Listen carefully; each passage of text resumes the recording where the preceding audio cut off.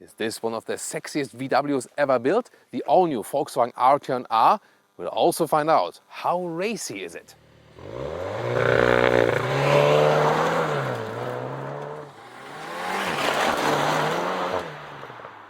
Let's go with the front, and here you can see the typical Ateon face, this rather friendly face I have to say, but then again in the R here, stronger accentuations, especially here with the air intakes, and you also have this light strip goes all the way across the vehicle in the front already. This has been brought with the Ateon facelift, and the R also catches it here with the new Volkswagen R logo.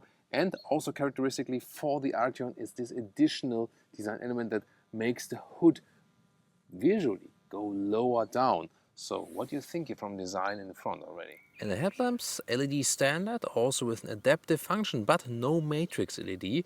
And here, when you use the turning indicators or the hazard lights, also quite interesting how that light structure then appears. Hey, we got no matrix LED, but at least already in the rear we have the cascading turning indicators. Ooh, yeah, that's what you can say here with the side profile. 4 meters 86 or 191 inches is the length, so also substantial wheelbase.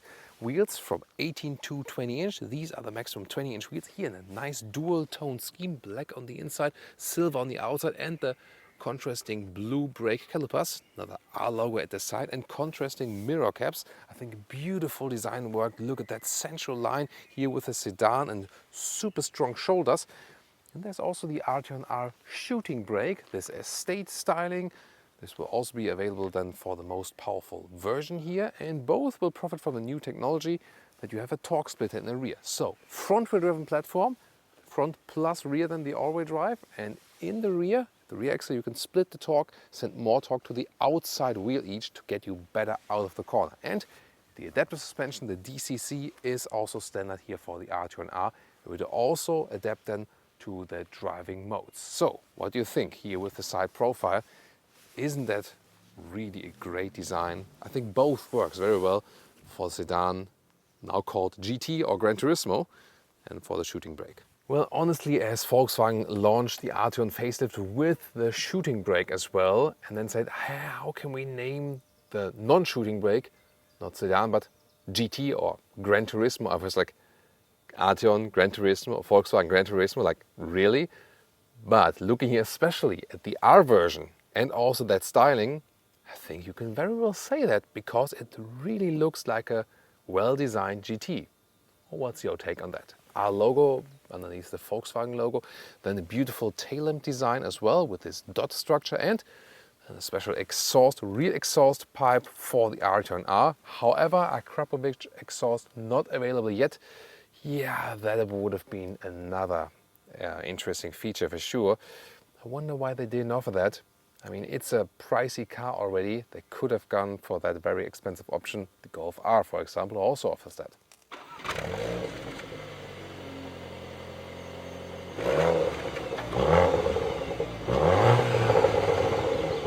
Under the hood we have 2 gas struts to open it up, really cool.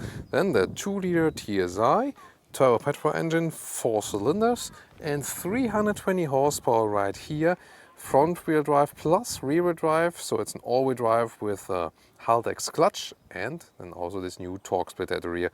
We'll experience that in the driving part. In 4.9 seconds is the acceleration figure to 1 kilometers or 62 miles an hour. We'll find out. Rather unspectacular key fob, but I really prefer this one in contrast to the new ones that have this high gloss black and collect, scratches and so on. So I'm fine with this then. Frameless doors, really cool, but already a nice door closing sound. We rarely have that. And interior, also good build quality here with somewhat soft touch here at the inside. Harman Kardon sound system, that is a really great choice. I can soon also demonstrate that. And then we have the interior with the steering wheel that is special to the Ateon R, or then also to the new Tiguan R and the Golf R. Here with the R button, and with that one we can easily access this R racing mode. Digital instruments left side, right side infotainment in 2 sizes available, soon more to that. The seats would usually start with a nice Alcantara seat. This is the optional animal skin package. Of course you have less climate comfort then, and it's also not that supporting the animals, so leave it with the Alcantara seat. You also get nice RF stitching. The seat form, however, is the same. You have this shoulder support and it looks quite fancy. What you can see here, the inside of the glass in the front, dual layer. This also brings massive noise insulation. Getting inside here, the Ateon GT, the Gran Turismo. Yeah, it's good seating position also for tall people, and if you put the ignition on and also close the door, then the seat moves forward here like this. But then we have beep, beep, beep. Oh, this is so annoying, this beeping sound. You can see when I turn off the ignition, then the seat goes back again. So this is a nice comfort entry function. So now I move it to the front manually like this, and the steering wheel can be just in, out, up, down really nicely. Also very wide actually. So a good seating position here, very comfortable also in the seat. Again, a little bit more comfort if you stick with the base Alcantara setup. And headroom wise, well, it comes close with 1.86 or 6.1, but still enough left. And there's also this optional panoramic roof. You can close it with a manual shade. I think that's totally fine. And also still a real button to open it then completely. What I find annoying are these capacitive buttons at the steering wheel. Left side cruise control, right side to control the digital instruments. And I mean, it's not too hard, but at the same time, it's harder than using real buttons, especially while driving. So not a good development. Are you a fan of digital instruments, by the way? Tell me in the comments, or if you prefer the analog ones. These here actually, I think, quite cool. You can have different views here, once again, either clear view or like this with some different information right here, or like this. You can click it through. And it's also possible to put in the GPS then all over the screen. The head-up display is on the one hand good to have. It's a nice option because you can have the speed in line of sight, but then it is this separate plexiglass layer, and for a car at that price then, that's not enough. You need to have a proper head-up display unit, I think. Or what's your take on that? The shifting pedals are quite fancy, by the way. Right side to shift up, left side shift down, and if you press and hold this left one, then it goes down multiple gears. So that's a cool racy effect. Since the Ateon facelift, they got rid of the analog clock. And yeah, I mean, some miss it and some appreciate the cleaner design. What about you? Then the infotainment system, it starts with the Discover Media in 8-inch, and this is the Discover Pro optional in 9.2-inch. Disadvantage, you do not have any knobs left, so usually you would have volume knob on the left with the base one and this zoom mode on the right, but here then totally knobless. I think it looks cleaner, but not actually better to control it. And also here in the lower part, this climate unit, I mean, for a capacitive solution, it's still somewhat okay. But yet again, less knobs don't mean that it's better to use. Then DSG, dual clutch transmission, shifting lever. You can also go through driving modes, but with the Ateon R, you can also use this R button to switch through that. And then we have adaptive cup holders right here. You can also close that like this. And then this armrest here, well attached and leatherette covered like this. And then 2 USB-C chargers, but you can also use Apple CarPlay and Android Auto wireless. So what about this Harman Kardon sound system? Let's put on a calm song. Yeah, sorry, I had to go for this one. Surprise, surprise. There's a very good subwoofer in here, so I really like the sound. And the subwoofer doesn't sound cheap. It really sounds very rich from the bass. And then you can go back to the Volkswagen menu like here. You have a separate home menu, you have the GPS, but the software is kind of slow, so that usually takes a while. These newer software systems here by the VW Group, yeah, I mean, the menu structure is easy, but again, it needs to be faster. And but here in the Ateon is actually rather the better one. And here with the vehicle controls, I'll also activate these while driving, performance monitor with G-meter and so on. And cool is also in the DCC setup here, the suspension will change, and you can also go to this race mode that makes everything sportier, individual. There you can see what is actually being changed here, steering characteristic, engine sound, for example. There's an actuator, and you can have it either as race, more actuating in the interior, or pure, so you only hear the exhaust note and so on. So you can play around with that. And in the DCC, by the way, what's also interesting here, there we go, you can not only have like different presets, like 3 or something, you can really fine tune that with every single dot, make it more comfortable, or even stiffer. So yeah, that's a really good choice you have. Oh, and in the very front you have an inductive charging mat, but when you slide this one open, you have to squeeze your phone in like this, and not sure if you will ever get it out again. Now let's get inside. In the rear, this is special about the Ateon. Here, a lot of legroom. This is really cool, and I mean, it's a sporty sedan, and you already have a lot of legroom, and also nice soft touch at the inside of the doors in the rear. Yeah, we hardly see that nowadays, but of course at this price point, that's also really necessary. Then here, with a carbon fiber fabric kind of style insert at the inside of the doors, that's also quite cute. And yeah, nice seating position here, also enough headroom, and ISOFIX at the outside of the seats, very comfortable once again. And you can fold down these cup holders, not adaptive though. There's a ski hatch available, but here in the middle part there's a middle tunnel, and yeah, still okay because of the legroom, but it's a little bit stiffer, this middle area. And you also have temperature control, seat heating for the rear, and then also a real power socket. 560 up to 1,550 liters. So the liter figure is not that much different if you have the shooting brake, because it's always measured below the cover here, and the shooting brake is just a little bit higher than right here. And both are very versatile to use here. That's the width of a mirror of 40 inches, a little bit more here, a little bit less on the inside here, but so well usable, this trunk already. And the length here is 46 inches or 116 centimeters, also pretty massive. And even here in the GT, the height here under the cover is 21 inches or 52 centimeters. So one of the best usable trunks in this style of the vehicle, pretty massive. And look at that, a cabin trolley almost looks lost in this luggage compartment. And when everything is folded flat to my driving position, 2 meters or 78 inches, perfect. You can see once again how huge this opening is also, and why we do not necessarily need the estate form. Already here the GT does very well to load things in and out, and also here good update for the sensitivity, no problem at all with the child safety test. The shooting brake here is 20 liters to 120 liters more capacity than the GT. Here flipping the logo, and then you open the hatch, and then you have a little bit more space and height especially. Oh, this is a Ateon bag, just a sample bag right here, so it's a very practical trunk. There is a loading sill here because they decided they want to offer more height instead of an even loading sill. That depends on if you put a floor cover in here. In this case, they just want to offer more height.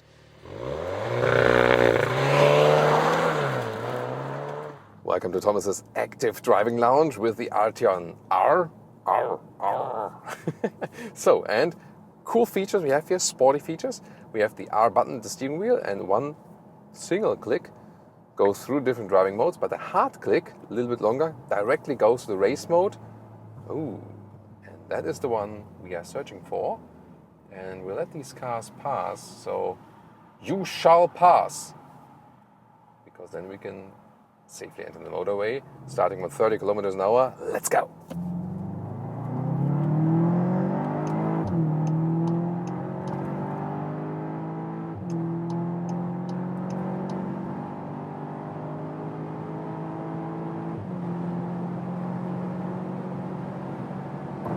That's 200 kilometers an hour, 125 miles an hour. We could go further to 250, or with a special pack to 270, that's possible. Then look at that, DCC on a stiffer note.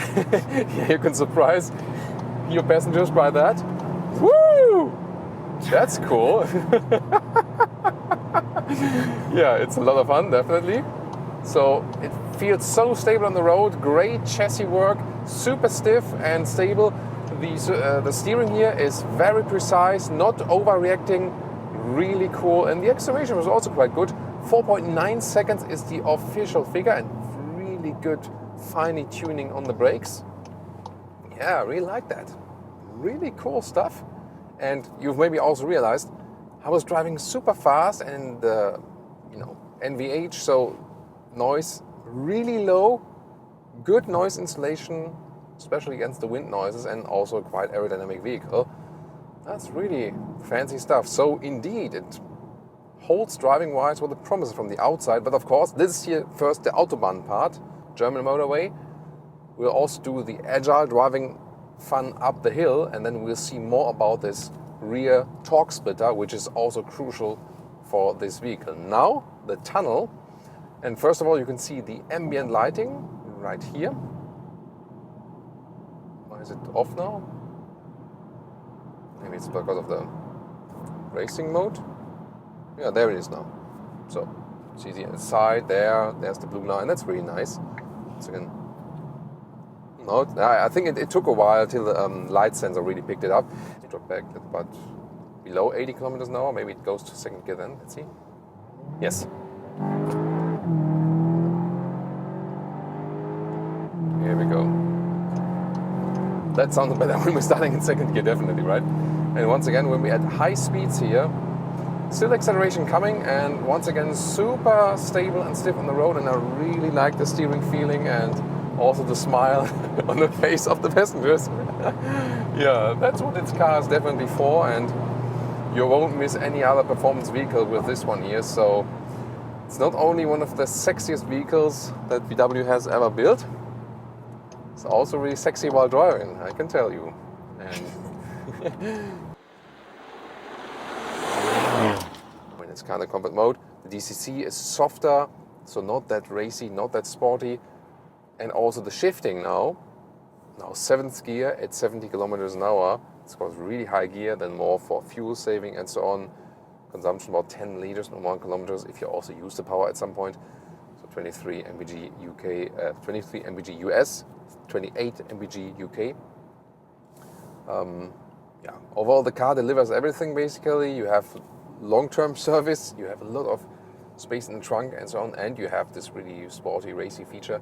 And now I really want to experience the torque splitter, because in the rear then we can send also more power to the outside wheel, so that cornering is even more fun. Let's see how that one turns out, even if the car feels actually smaller than it actually is. What about the tunnel here? Sound check. Not bad.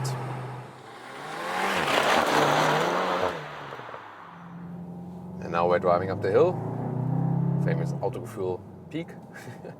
And it is somewhat still a front-wheel biased all-wheel drive here, but with this torque splitter we've experienced all with the VW Tiguan R. The good thing is really that we now can send more power at the rear outside wheel, and that really helps when accelerating out of the corners. Yeah, I mean, it's not that this car will have a rear wheel appearance by that, but it makes it less front wheel biased, and that's definitely cool. However, I feel due to the long wheelbase of the vehicle that the effect is not that strong as we would feel in the Golf R. The Golf R really almost felt rear wheel biased all-wheel drive alike. Here it's not quite the case. Once again, I think it's because of the longer wheelbase, and yeah, the Golf R maybe also has a little bit sportier setup here. Yeah, that's really nice. I mean, we had the strong engine version of the Ateon so far, the normal petrol. This one here definitely something else. Once again, very controlled feeling of that vehicle. Right, coming second gear. Yeah, out of the corner, that's really nice. And now I go to first gear and hairpin corner, and really, yeah, that's actually quite nice. So again, the rear doesn't come around, not that strong, but definitely I feel less front wheel bias, and that's really cool. So this torque splitter there, great development by Volkswagen R. So the Golf R profits from it, the Tiguan R, and now here also the Ateon R. Nicely done. Even when the effect here on the Ateon R, I think it's not that extreme, but still definitely more fun to drive. And now to our conclusion for today with the all-new Volkswagen Ateon R. Design-wise, definitely a highlight. Looks really spectacular, and I really think it's one of the sexiest Volkswagen that has ever been built. No matter here in the GT version or in the shooting brake version. And I really like design-wise this GT version, the Gran Turismo, because it delivers you this elegant sedan style, yet at the same time you already have this hatch opening, this fastback style, where you can easily load things in and out. So very well usable, this vehicle. A lot of space in the rear, a lot of space in the trunk. That's what what's making it so special. You also can get a nice Alcantara seats on the interior and also a clean interior design. Not so good with the capacitive buttons at the steering wheel and also the infotainment system software-wise. We know that all the Volkswagen Group vehicles at the moment have a little bit problems with that. It's not too bad, but also definitely not good at the moment. And a proper head-up display at this price point, where we start over 60,000 euros. Here, for example, with the German price point for this vehicle, should not have a plexiglass head-up display here, but a real one that is projected into the windscreen. So, really fun also in driving with this new torque splitter that makes it less front wheel bias. That's important, and great performance also from this engine. However, if you keep it in a normal, efficient driving mode and so on, so don't go for this sporty mode, then it rather feels a little bit lazy. But that's also then for a better fuel economy. In the R mode, you can always select it really fastly, and then you can also let it all out here with the Ateon R. So overall, a very spectacular car, one of the most desirable cars that VW is offering, and is really thinking about this could be a cheaper alternative to a performance vehicle in the higher segment from Audi, BMW and Mercedes. For example, if you really like an Audi S7 or something, but that's just too expensive for you, then maybe this could be a good compromise. Or, what do you think? Join us in the comments with our discussion. Thank you so much for tuning in today. Also tune in next time.